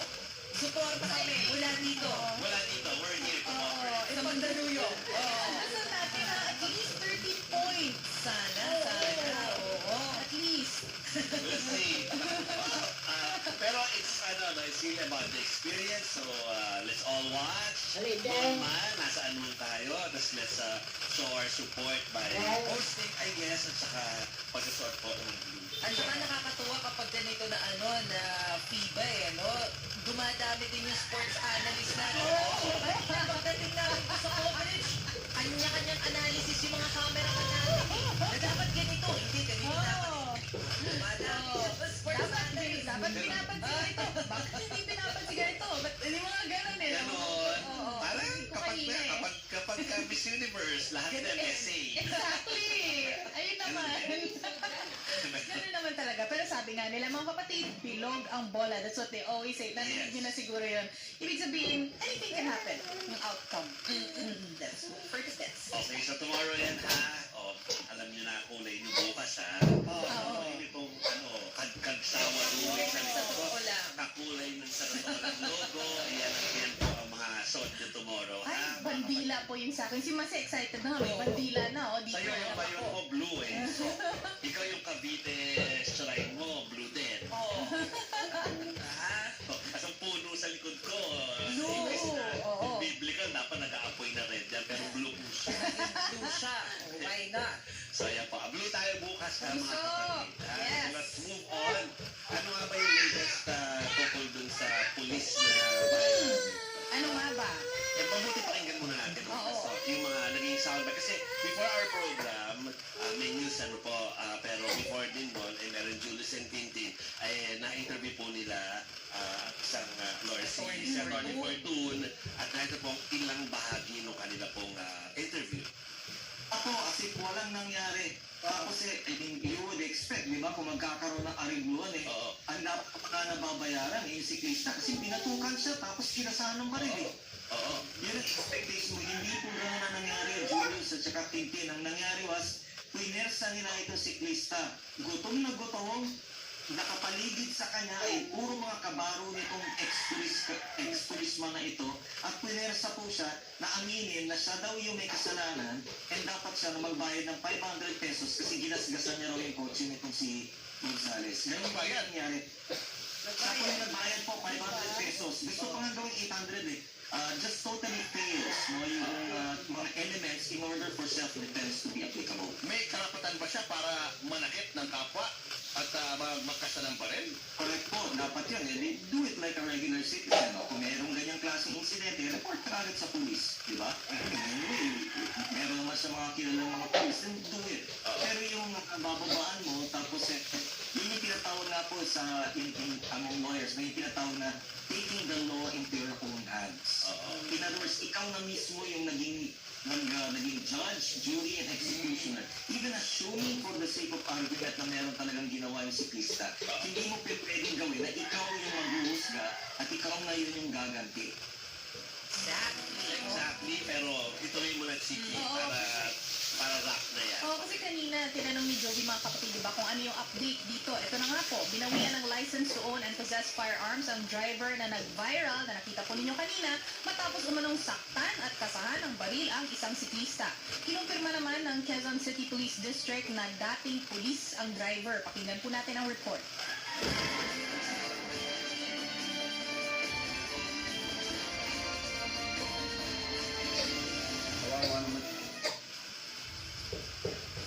Kawawa naman yung mga anak ko. Mga pamilya ko. Para kasama-sama akong tao. Ito na lang ang nasabi ng nag-viral na driver na si Pedro Gonzales sa kanyang mga basher. Ayan o. Sa kumalat kasing video ng isang vlogger, nakita ng saktan ni Gonzales at kasahan ng baril ang naagit-gitan niyang siklista.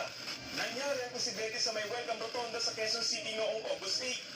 Nitong linggo, kung sa nagtungo sa si Gonzales sa Quezon City Police District para magpaliwanag.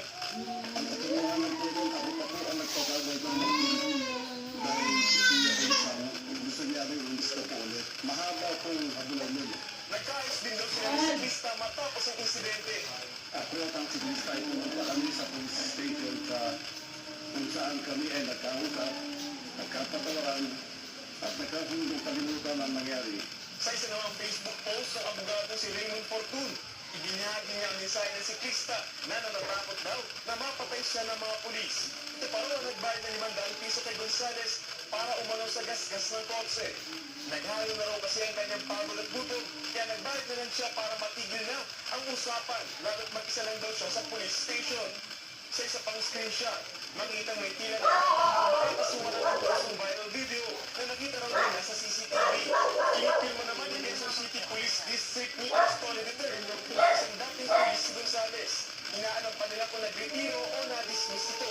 Umutang siya sa uploader ng video na ilabas kumano ang buong nangyari. Tahimik na nga sana ang kaso kung hindi lang nag-post yung isang may hawak ng video na hindi naman party doon, direct party, no? Tapos pinutol niya pa. Baka naman pwede niyang ipakita. Kasi according kay Willie Gonzales, pangalawa na yan, na hinarang niya na hinahapoy niya na yung siklista na yan. Kasi may nauna nang nangyari doon pa lang before ng welcome rotonda. Patuloy naman sila umaapila sa siklista na ibigay na ang kanyang panig. Pero kahit hindi ito magsampa ng kaso, pwede pa rin daw na panagutin si Gonzales dahil sa pagkasanya ng baril. Gifted po yun eh. Friends, nakalakot ka ng tao. Sabi nga nito before doon, ito ay sa public crime, so pag hindi mo siya, pag hindi mo siya nakahulikan ng ating mga tao ngayong araw, bukas pag start ng office, pagkatapos ng aking mga activities, I'll go personally to him and ask him to make a statement so that this public crime na sinasabi niya ay ma-file namin sa prosecutor's office. Sa ngayon, tinanggalan na si Gonzales ng lisensya na magkaroon at magdala ng baril. Binawi na rin ang rehistro ng kanyang mga armas. Para sa 1PH, Gary De Leon, Miss White. Okay, so again, we also believe na sana alam natin yung buong detalye na kung ano man yung mga nakuhanan ay lumabas lahat para kung meron man talaga nangyari before or after, whatever, sige ilagay nyo, pero may mali pa din. Meron, oo. Yun yung punto doon po. Parang gusto ko, ito doon ko pa itong inaano din kasi naging victim ako ng ganyan. May about more than a decade ago, na parang yung road rage at natawag, hindi lang po nung mga involved sa aksidente, kundi pati nung mga miron. Parang isip ko, bakit kailangan na ang kapag may nangyari hindi maganda, ay meron ka agad nakaamba na mananakit. Yes. Kaya yung pong mga involved or yung mga nasa paligid, medyo na parang hindi naman ninyo alam kung sino talaga nagkamali, pero aambahan nyo ng suntok or papatuloy nyo yung torch or yung bisikleta or whatever. So, parang hindi po ganun. Parang gawin natin normal na pag may nangyaring ganyan, sige, din magpusoso tayo, pero huwag na tayong manakit. O kaya, kung yung dalawa naman, mali talaga na nanakit ka pa. Parang ka naman, mali. So, hindi ba pwedeng bumaba ka at tignan mo, nasabi mo ay parang violence. Kasi yung pagkakaroon naman ng baril, hindi ka dapat ginagawang hambog yan eh. Diba? Hindi mo dapat pinapakilala yung arrogance mo porque may hawak ang baril, matapang ka na. Kaya nga binigyan ng baril yung pinagkatiwala sa'yo yan eh, para maging responsable ka. Kung hindi mo kaya maging responsable, hindi ka dapat hawak. Oo, at ang statement pa niya, kung ganong klase akong pulis, ang pinala, hindi po verbatim, pero yung punto niya po, kung ganon akong klaseng pulis, hindi ako dapat mag-general. Hindi naman yung, tingnan mo yung, yung asta niya, tsaka parang hindi yun yung logic na, okay na pulis ito, pwede maging general. Walang pruweba doon. At saka, hindi nga lang yung baril eh, yung pambabatok nga lang, na yun eh. Tayo ba, pagka may nangyaring gano'n, kasi posible, di ba, lagi ako nagreklamo na sobrang bike lane at saka Yes, kotse. tama. So talagang lagi ko inisip mo, merong sasabi sa akin, whatever. Ang gagawin ko bang una, itatabi sa tubig paglabas ko. Babato ka ba? Siyempre, di ba, pipigilan muna sa, teka muna, tignan natin kung ano yung dami. Yes. Di ba pwedeng gano'n muna, normal na paraan ng pag-resolve ng issue, hindi agad yung... Initulo agad. Kasi nangyari daw, mapupunta na nasa gutter daw yung siklista. Kasi nga, baka nga, hindi natin alam, no? Hindi natin nakita yung lane na yun. Pero baka nga yung sinasabi ni Joey, maliit kasi yung lane na share ng bike tsaka nung vehicle, no? Yung sasakyan. So, napupunta na siya sa gutter, tinap daw niya yung kotse. So, nagalit na itong driver ng kotse, sinundan siya, hanggat sa... Ayan. Based sa video lang, based dito sa cut na to, sabi nga nila, baka may mas mahabang video, whatever. Oo. Pero based dyan, hindi naman tumakbo yung Sagi. nakasagi, hindi naman tumakbo. So, parang, saan galing yung anger masyado? Pwede naman galit ako dahil maabala ako. Hindi yata ako magugulot ng baril. May dahil lang ba? At saka ang hirap kasing husgahan kung sino yung merong violation dito sa traffic na to. Pero kahit na sino yung may violation, ganun pa rin yung conclusion eh. Mali pa rin na gumamit ng violence. Yun pa rin yun eh. And pointing a gun is really, maraming katapat na mali, na batas na magsasabing mali yan. Yung handling mo. Okay, so, I guess we'll wait for, for more info about this. Alam ko, nagkaroon ng mga press con dyan. We'll wait for the bike rider and the vlogger to say something. Pero sa ngayon, yan yun. The thing is, marami pong galit doon sa ginawa po niya. At sabihin din pala natin na bukas yung ating programa at estasyon sa panig naman po ng ex-police officer po na yan para malaman natin na both sides or all sides of the story, mga kapatid. Bait doon sa press. Ibang-iba doon sa nakita natin. Oo. Talaga mag-judge ka talaga sa ganyan eh. So parang dapat isipin din natin yun. Pag nasa daan tayo, alam ko nakakagalit minsan yung mga gitgitan sa kalye, no? Pero ano ba katapat nun? Yung lalabas ka para ng violence or lalabas ka para ma-solve yung sitwasyon? Ayan tuloy, lumaki pa yung problema. So anyway, mag-iintro po kami kahit late na ha. Kasi alam namin na meron kami importante about weather na bibigyan daan maya-maya. Pero bawat balita po ay may iba't ibang angulo. Paano nga ba matutunton ang totoo? Kaya ating himali ng mga issues sa bansa dito sa 1PH. Ako po si Maricel Halil. Ako naman po si Chicky Verhel. Dito bawal ang fake news. Dito tayo sa Totoo Lang. Kami po ang 1PH teleservisyo para sa Pilipino. Ako po si Joey Francisco.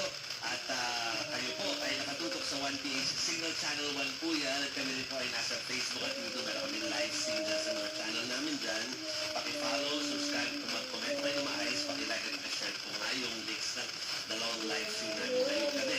Kami rin po ay nasa Signal Play app. At yung kaibigan ko na naman ba yung Signal Play app, Nangingit sa video ay si Barbie. Yan naman talaga yan. Pero eto hindi nakakangit-hit ha, yung nanood ng Signal Play app. Gabi-gabi po natin samahan si Barbie na manood dyan. Punta lang po kayo sa www.signalplay.com, mag-register para po makakuha ng libreng account at mapapanood nyo na po kami anytime, anywhere. Pwede nyo rin po kami i-follow sa aming TikTok account. Hanapin nyo lang po ang @1ph_signal para po sa mga inihanda naming TikTok news at and video para po sa inyo. Sige, kailangan paalala ko saan pwede makinig ka nasa labas kasi bukas may pasok din mga alam ko nag-enjoy sila sa labas kayo. Yes. Yun na nga sasabihin ko sa inyo eh. Samahan nyo rin ang ating mga motorista, mga grab drivers, mga nasa daan po, mga kapatid na makinig dito sa STL sa 92.3 Radio 5 True FM. Nandito po kami hanggang 6:30 ng gabi. Okay, so para sa mga tao sila, dinner sila bago magpasok kayo. Sige po, tinig lang kayo dyan ha mga kapatid. Pero siyempre mag-weather muna tayo ha, kasi hindi man tayo nakita natin umuulan-ulan over the weekend. Pero meron pa mga ibang lugar na mas nakaranas. Oo. Because of bullying. Bukas pa naman pasukan, no? So, uulanin kaya. Ay! Umabot po sa halos 8,000 individuals po ang apektado ng pananalasa ng bagyong Goring. Ayon sa NDRRMC, higit 600 po ang hindi pa nakakabalik sa kanilang mga bahay. So, karamihan daw ay nandun pa sa mga evacuation centers. Okay, narito po ang report.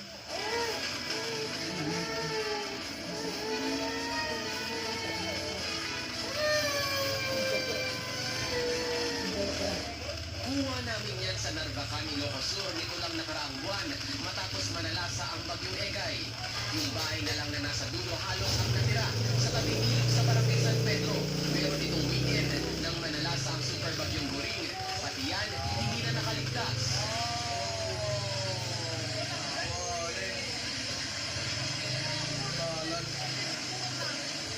Maliban dito, 5 bahay pa raw ang tinangay ng tubig sa lugar.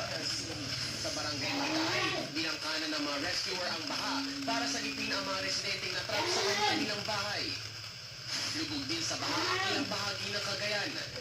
Sa bayan ng Apari, umabot ng hanggang tuhod ang baha na pumasok pa sa mga bahay. Ramdam din ang lakas ng ulan na bumuo sa bayan ng Alakapan. Kaya sa bayan ng Alcala, problemado sa Barabura Elementary School sa pagbubukas ng klase bukas. Ang school kasi, binaha hanggang loob. Bantay sarado rin sa bayan ng Alcala ang mga napitak na lupa. Malapit kasi ang mga nag-crack sa small water impounding project. Lumambot raw ang lupa dahil sa ulang dala ng bagyong Goring. Ipinasara naman ang isang tulay sa bayan ng Santo Niño matapos mawasak ang ilang bahagi nito. Bumigay ang tulay dahil sa malakas na agos ng tubig sa ilog. Binahari ng San Antonio Elementary School sa Banggit Abra. Buti na lang at mataas ang mga bahay dahil nagristo lang ilog na ang ibaba at mga tanim sa paligid. Sa Zambales, nalubog din ang ilang bahay sa hanggang bewang na baha matapos umapaw ang ilang ilog. Kahit mga pananim, hindi nakaligtas. Pati ang Metro Manila, hindi nakaligtas at inulan ng malakas dahil sa bagyo. Para sa 1PH, Dave Abuel, News 5. Nakakapanglumok yung nangyari dun sa bahay na ang ayos-ayos biglang bumagsak. Ano update? Oo, kasi nga pasok ka na nga bukas. Ano na, Mase? Ito mga kapatid, bigyan po namin kayo ng update tungkol nga po dyan kay Bagyong Goring. Napanatili ng Bagyong Goring ang lakas nito habang patuloy na kumikilos sa Philippine Sea. Ayon sa pag-asa, huling namataan ng Bagyong Goring 260 kilometers east of Tubigaraw City, Cagayan. Nakataas pa rin ang signal number 1 sa eastern portion ng Isabela, northern and eastern portion of mainland Cagayan, Babuyan Islands at Batanes. Tinatayang magpapaulan pa rin hanggang bukas ang Goring sa Isabela, Cagayan, Apayao, Abra, Benguet, Aurora, Nueva Vizcaya at Ilocos Region. Pero hindi pa man nakakalabas ang Bagyong Goring, isa pang bagyo ang nagbabadyang pumasok sa Philippine Area of Responsibility ngayon po yung linggo. Huling nga mataan ng tropical storm na may international name na, Haikui. Ayan, Haikui sa silangan ng Northern Luzon. Posible itong pumasok sa Philippine Area of Responsibility sa Huwebes at tatawaging Bagyong Hana. Hindi ito nakikitang maglalandfall sa bansa, pero mapapalakas nito ang habagat na posibleng magpaulan sa malaking bahagi ng bansa. Sa ngayon, ang Typhoon Goring at habagat ang nakakaapekto sa bansa. Ay! Hindi kasi lupa agad eh. May lantas na paano. Tinapat talaga. Ayan. So may oras daw tayo para bumate bago tayo before tayo mag-gap tapos back to school. Oo, sige. Tsaka yung mga tatakbo dyan, ha? Ay, oo na! Tawag, basta sa barangay. Ako umanda kayo na lang mag-fiesta. Sorry, nung weekend may nakita ako namimigay ng ice cream. Hindi ko na kasi nabasa kung kumakandidado na. Ang tawag ko nasa not motorcade, pero parang siyang nasa small truck. Tapos nakalagay doon, namimigay ng ice cream sa mga kababayan. Grabe ka naman Paano ako. pa? Pwede ba yun? Kaya nga gusto ko malaman sa kasabi kung pwede doon marami na ako nakita. Oh, Na free yung campaigning. nasa software nila yung kanilang mga gusto gawin. Oo. Mga plano. Pwede pala yun. Alam mo, mamaya ano nangyari sa Sige. kanya. But anyway, pabati tayo sa dali. Hello kay Michael Al Rodrigo, si Bebe Jr., si Jojo Quazon Cruz, si Alex Fernandez, si Joji Tresega, si Temperada na dyan na rin, si Joe Tipo at Lolita Mendez. Hello, Jojo Cruz. Sabi niya, taas presyo na naman ang gasolina. Wala na ba katapusan daw? Hindi pa natin alam. Jojo. Maria Sander, good evening sa'yo. Dwayne Dizon, Ruel Miguel, and Giancarlo Arevalo. Pa-shoutout po dito sa Malinaw Plan kay Wilson Arevalo at kay Manuel Arevalo. Si Chito ko na sa Luce, kasi report ka po kay Guri na sabi niya, doon daw sa kanila sa Bacolod City ay nagbaba. Ay, nako. Ingat kayo. Ingat. Eto po sa YouTube naman, si Mamen. Magandang gabi sa iyo, Mamen. Jerome, kay Jenny Melioga, happy Monday. Edwin Adapon, eto papasukin natin lahat dito si Edwin at saka si Chris Wanderlust. Ganda ng pangalan niya. Reynaldo Cruz. Happy Monday din sa'yo, Reynaldo Cruz. Sana raw manalo na ang Tigres